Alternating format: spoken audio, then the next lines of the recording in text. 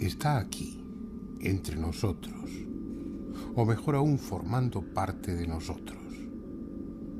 Odiado, temido, quizás secretamente admirado, Satanás es una figura fundamental en la cultura judeocristiana, tan importante como la de Jesús o la de Dios, porque no se puede creer en ellos sin creer también en Él. Está claro que racionalmente, intelectualmente, la mayoría prescindimos de Satanás, lo consideramos un mito, una fantasía, pero más abajo de la consciencia, en el terreno de los sentimientos, de lo afectivo, sigue tan vigente y real como siempre. Es el malo de la historia, el que instiga a las más bajas acciones, el que siempre acechante se sirve de nuestras flaquezas para empujarnos al pecado y ganar nuestra alma, como si fuese un trofeo para llevarla a su reino infernal.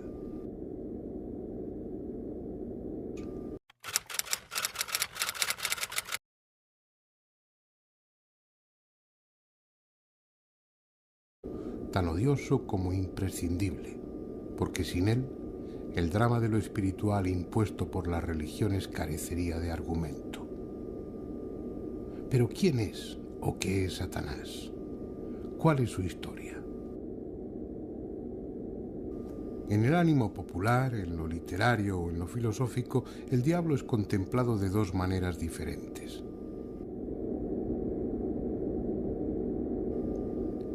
Una le representa con dignidad, como protagonista de una tragedia. Es el ángel caído, el bello y poderoso ángel que, temeroso de que el recién creado hombre le arrebate su privilegiado puesto en el amor de Dios, se rebela contra aquel al que ama y es arrojado del cielo.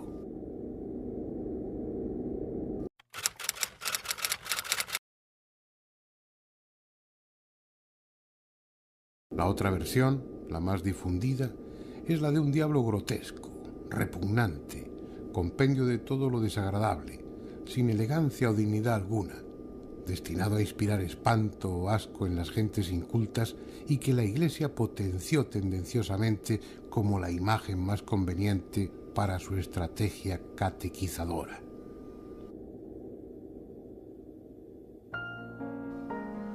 Pero ni una ni otra versión es cierta, al menos en sus raíces.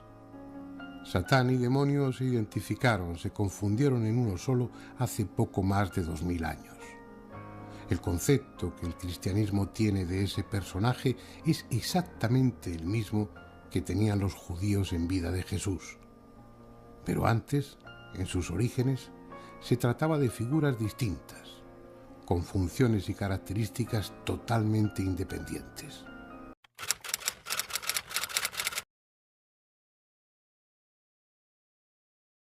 Vayamos primero con Satán. De entrada no es o no era un nombre propio.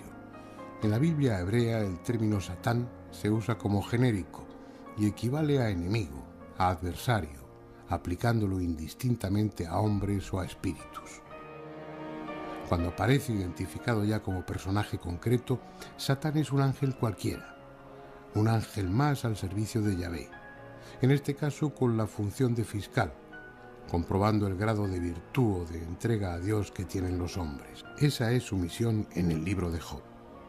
Yahvé presume de la rectitud y piedad de Job, a lo que Satán argumenta, no sin razón, que eso es fácil cuando a uno le va todo bien, pero que si llueven las desgracias, a lo mejor esa bondad se transforma en odio y Job termina renegando de Dios.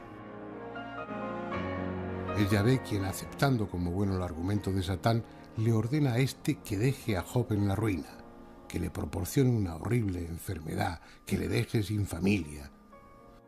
Si no fuera por lo que tiene de simbólico el pasaje, tanto Yahvé como Satán resultan bastante inhumanos. De hecho, el único que queda bien en esta historia es Job.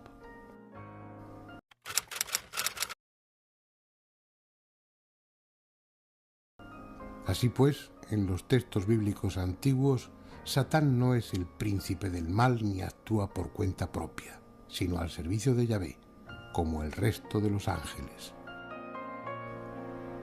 Luego, en textos más tardíos, se irá definiendo progresivamente como tentador, como instigador del hombre para que peque o se enfrente a Dios. Y ya que estamos tras la pista de la identidad del diablo, dejemos claro que el nombre de Lucifer, tan extendido, nada tiene que ver con nuestro personaje. Esa metáfora de ángel caído, el más bello de los ángeles, el lucero que se precipita al abismo, es pura fantasía de algunos autores cristianos. El error proviene de un texto de Isaías que dice así: ¿Cómo has caído de los cielos, lucero, hijo de la aurora? Has sido abatido a tierra, dominador de las naciones. Tú que habías dicho en tu corazón, al cielo voy a subir, por encima de las estrellas de Dios alzaré mi trono y me sentaré en el monte de la reunión. Subiré a las alturas de las nubes, me asemejaré al Altísimo. Ya, al Seol has sido precipitado, a lo más hondo del pozo. Isaías no se refería en ese breve poema a Satanás, sino a Nabucodonosor, el rey de Babilonia, cuya arrogancia había sido vencida por el poder de Yahvé, el Dios judío.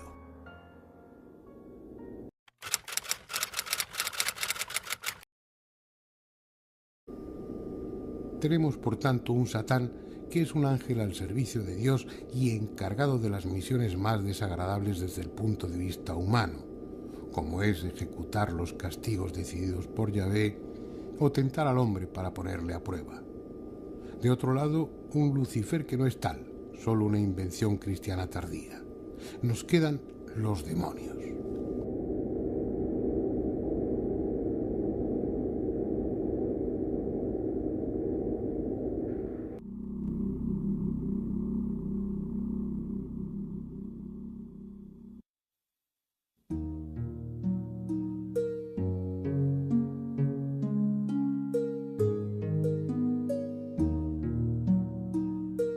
Israel no fue siempre Israel.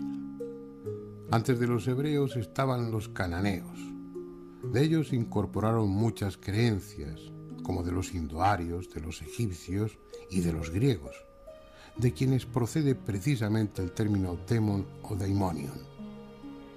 En tiempos antiguos, los judíos creían en la existencia de seres maléficos, de espíritus con diferentes formas que habitaban sobre todo en el desierto.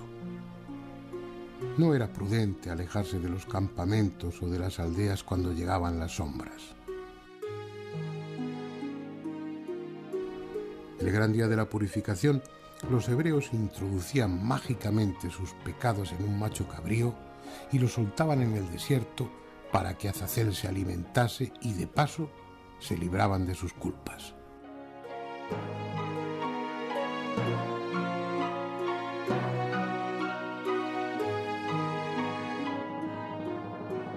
En definitiva, seres de grandes poderes, aliados de la noche y de los animales nocturnos, destinados a atormentar, engañar y pervertir al hombre. No son servidores de Dios, pero Él permite su existencia. También en esa categoría de demonios estaban los espíritus de los muertos o los dioses que adoraban el resto de los pueblos, los gentiles. En textos más tardíos aparece ya un demonio judío como tal, Asmodeo, con el que se enfrenta Tobías y le vence gracias a la oración y a la penitencia. Y finalmente, en esa evolución de una imagen del mal, concretamente en el libro de la sabiduría, se identifica a Satán con la serpiente del paraíso, considerándole el oponente de Dios y el introductor del mal y de la muerte en el mundo, con lo que así se descargaba Yahvé de esa responsabilidad.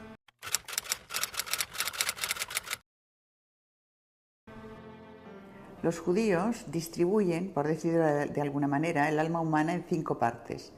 Y la parte más baja es Nefesh. Y Nefesh tiene las mismas cifras que Nahash, la serpiente del paraíso. Y es curioso porque esto nos da a entender que este es un elemento que llevamos todos dentro. O sea, tenemos algo de esa serpiente del paraíso, puesto que tenemos los mismos componentes numéricos.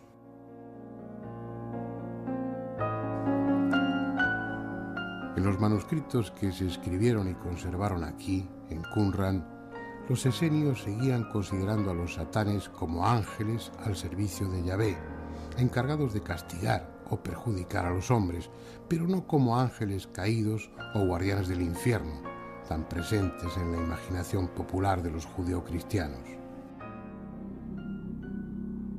Una actitud que ha perdurado y resulta extensible a la mayoría de las religiones, o lo que es lo mismo, de las iglesias que las representan. Las enseñanzas y normas dictadas presuntamente por los dioses en un momento histórico concreto y para una sociedad determinada requieren una fidelidad absoluta para mantenerse. Sin embargo, superadas las circunstancias sociales y políticas en que esas religiones surgieron, la mayoría de sus normas, sobre todo las que tienen que ver con costumbre y forma de vida, se van quedando desfasadas, obsoletas, y con no poca frecuencia se transforman en grotescas. Cualquier cambio venido desde fuera, cualquier avance técnico, cualquier idea nueva, son mirados con desconfianza o rechazados violentamente. Y es así porque la transformación social, el desarrollo de la ciencia y todo aquello que contribuya a expandir el conocimiento o a liberalizar los hábitos tradicionales, arrincona a las normas y dogmas en que se fundamentan las religiones. Las acaba mostrando como algo anacrónico, basado en principios racionalmente insostenibles. Que en su tiempo esos avances fuesen considerados diabólicos es comprensible.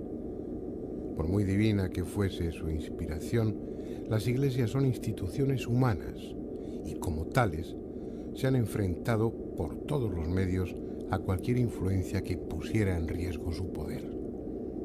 Un poder sustentado básicamente en la obediencia ciega de los fieles, ya sea por convicción o por miedo al castigo.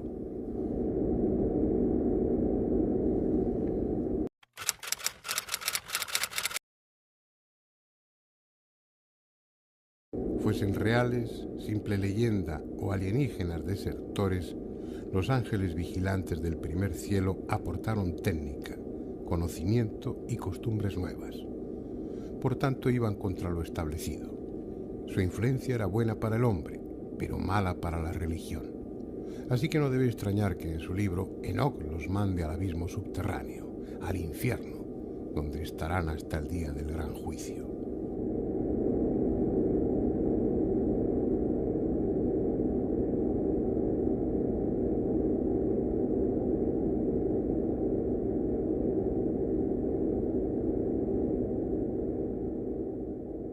A lo largo de todas las culturas, siempre hemos ido a colocar en este personaje toda la parte negativa, todo lo malo, todo lo que no aceptamos los seres humanos de nosotros mismos. De alguna manera hemos puesto cosas nuestras negativas en él, hemos hecho una proyección de todo lo negativo en este personaje llamado Satanás, demonio. Sí, estas iglesias cristianas han convertido a este Satán en un adversario de la divinidad, nunca lo ha sido, era uno más. Por ejemplo, en el libro de Job dice, se presentaron los hijos de Dios ante Job y el Satán estaba entre ellos, o sea, era uno más de los hijos de Dios cumpliendo su función. Su función es ponernos en aprietos y nuestra función cósmica es filtrar todo esto y reconvertirlo. Nosotros no tenemos más funciones en el mundo que esto.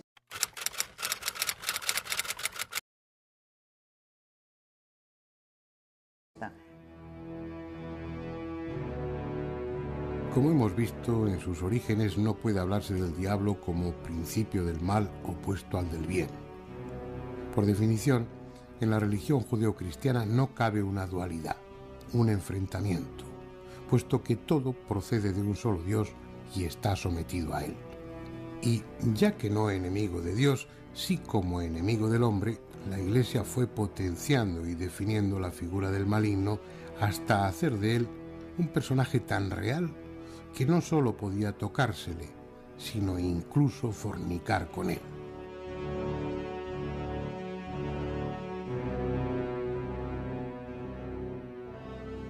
La sombra, nuestro demonio interno, no tiene por qué ser negativo en la medida en que lo reconozcamos y lo sepamos interpretar. Si lo miramos de frente, si lo analizamos, si lo vivimos y si lo superamos, se abren nuevos campos y nuevas expectativas. De hecho, nosotros en psicoterapia, cuando tratamos a un paciente, vienen con sus propios demonios, reprimidos o realizados, pero con ellos. Y tiene un sentido tremendamente lógico y coherente en toda la historia de su persona, tanto en el pasado como en el presente como en el futuro. Solamente hay que entenderlo.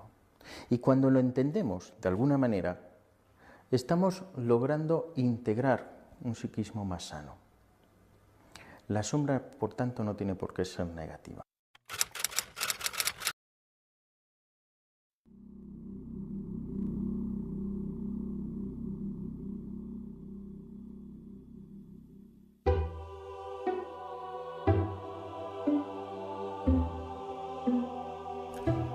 Durante la Edad Media se escribieron muchas páginas oscuras para la historia, y la Iglesia ha de asumir una de las más negras gracias a la Inquisición, una institución nacida para reprimir la herejía, fundamentalmente la de cátaros y albigenses, que con su poder económico y político en el sur de Francia constituían una amenaza para los poderes fácticos, pero que con el tiempo fue incluyendo entre sus presas a otros grupos, tal vez menos significados políticamente, pero igualmente rentables, porque el Estado y la Iglesia se quedaban con los bienes del condenado. Así, hacia el siglo XIV, comenzó la persecución contra todas las formas de hechicería y brujería, porque ¿acaso hay herejía mayor que la de estar en tratos con el diablo? ¿Y qué diablo? El fanatismo de los frailes inquisidores y la fantasía popular diseñaron un modelo de Satanás tan repugnante como absurdo.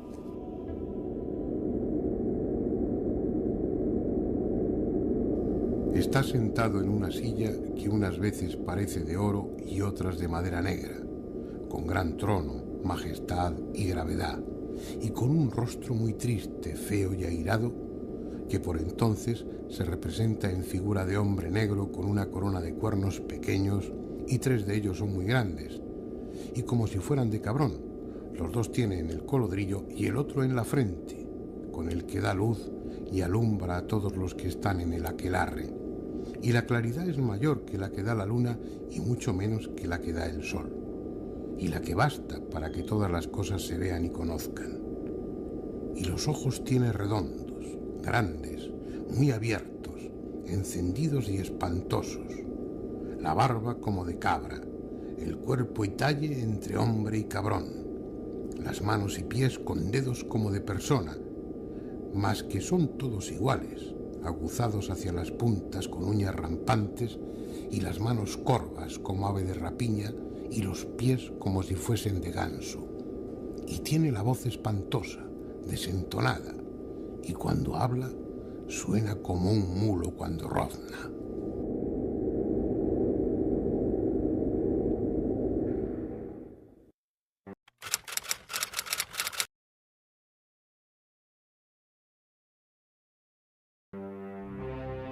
Esta descripción del diablo que presidía los aquelarres es una más, y no de las peores, que los inquisidores del impropiamente llamado santo oficio recogieron en sus interrogatorios.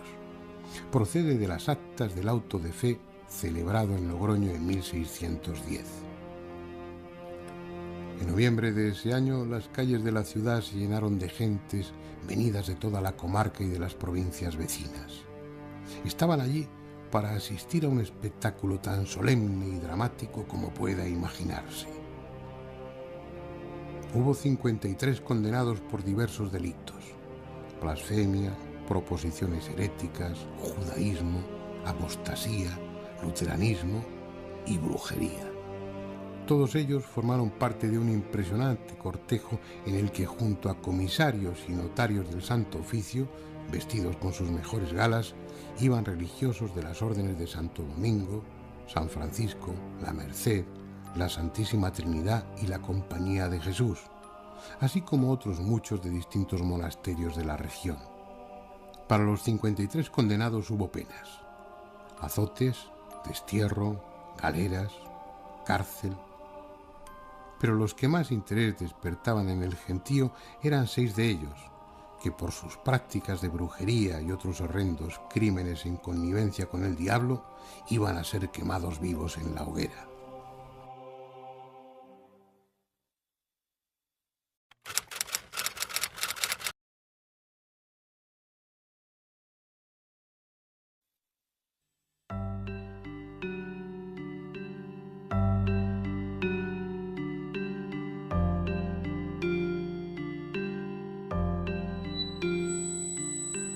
Aquellos pobres desgraciados que ardieron en una plaza de Logroño procedían en su mayoría de Zugarramurdi, un pintoresco pueblo de Navarra junto a la frontera con Francia. Las casas de hoy están construidas sobre los cimientos de las de entonces. Muchos sótanos y paredes siguen siendo los mismos. De cualquiera de esas casas podría salir ahora María de Yurreteguía o Graciana de Barrenechea para reunirse, amparadas en la sombra de alguna calleja, con los otros brujos, Miguel de Goiburu y Joanes de Echalar. Ya juntos se perderían por algunos de los sombríos bosques que rodean la aldea, bosques llenos de leyendas, en los que la noche es propicia para el encuentro con cualquier extraña criatura, incluso con el diablo. Pero el lugar señalado para la aquelarre, aquellas fantásticas reuniones presididas por el príncipe de las tinieblas, era esta enorme cueva natural, hoy día escenario de reuniones campestres en las que se come, se bebe y se danza, pero con un talante muy distinto al de entonces. Si hemos de dar crédito a lo que en las actas de la Inquisición consta como declaraciones de aquellos acusados, en la cueva y en el prado que hay junto a ella, el prado de Berrosco Berro o prado del Cabrón, el diablo, bajo la forma de macho cabrío, recibía las atenciones de brujos y brujas, marcaba su señal a los novicios, juzgaba los méritos de unos y de otros, mostrando más placer cuanto más grandes eran los crímenes cometidos, y luego participaba en el banquete, consistente, claro está, en cadáveres putrefactos, y finalizado este, en la orgía sexual que culminaba el aquelarre y en la que fornicaban indiscriminadamente los unos con las otras y con los otros, y el diablo con todos.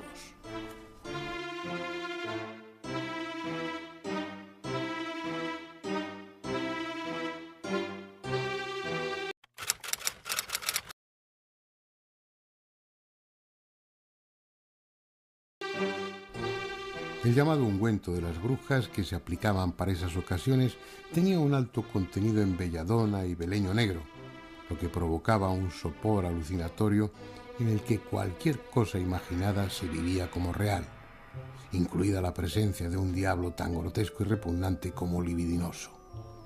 Eso puede explicar que algunas brujas creyeran honradamente en la realidad de tan absurdos conciliábulos, pero en la inmensa mayoría de los casos, la descripción de los aquelarres y de la figura del diablo era fruto de la tortura.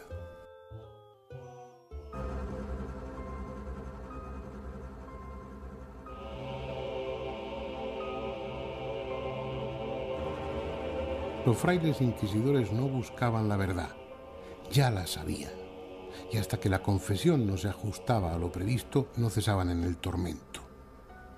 Aún así, cuando por escapar al inimaginable dolor el acusado confesaba lo que el inquisidor quería oír, el suplicio continuaba hasta que delataban a otros brujos y brujas, generalmente sus familiares más cercanos y cuantos nombres le venían en ese momento a la memoria.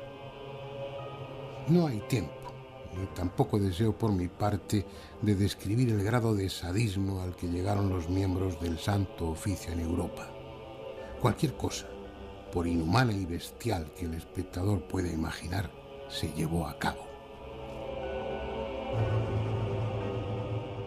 Dentro del cristianismo, todo lo que no era cristiano, según qué autores y en qué momentos y qué partes y tal, se les demonizaba. Es decir, en la Edad Media estaban demonizados los judíos, los herejes, los paganos, todos los que no eran cristianos. Por lo tanto, proyectábamos nuestra propia sombra sobre los que no eran con nosotros, dirían los cristianos, y eso era muy malo y había que matarlos a todos, evidentemente. Eso es lo que ha pasado y así nos va.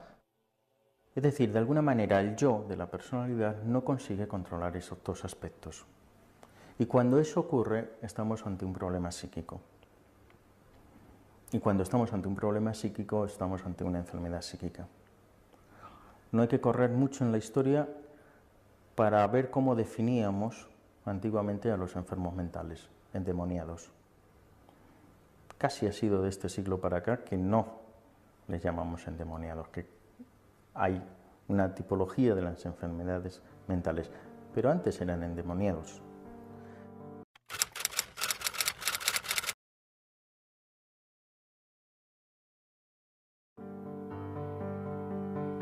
Ese es un aspecto del tema que merece considerarse. Más allá del progreso técnico, de los avances sociales, de los adelantos científicos, el hombre no ha evolucionado en cuanto se refiere a maldad, intolerancia o sadismo hacia los otros hombres. Es una sórdida faceta de la naturaleza humana que se mantiene en los mismos términos que hace miles de años. Ahora, en esta etapa histórica, se sigue torturando, mutilando y matando con la misma estremecedora crueldad que en la Edad Media, y amparándose en las mismas razones: religión, patria, tradición. Principios que en manos de unos resultan respetables y en manos de otros son pura basura. En el fondo constituyen solo un pretexto para que los viles den rienda suelta a su vileza. La cuestión es si ese principio de maldad forma parte de la psicología humana o es privativo de unos cuantos, o si ese Satán en el que proyectamos nuestra maldad lo llevamos todos dentro y unos lo controlan en tanto que otros lo dejan suelto. Los nazis ponían la excusa de que había que acabar con los judíos porque ellos estaban dominando el mundo, porque ellos tenían el poder económico. La sombra de ellos, lo que no se reconocían en ellos, es que eran ellos los que realmente querían controlar el mundo. Y realmente casi lo consiguen, ¿no? Invadieron toda Europa y montaron la Segunda Guerra Mundial. Con esa excusa, pero el problema de su sombra hizo no reconocer esta parte negativa de ellos y ponerla en el pueblo judío.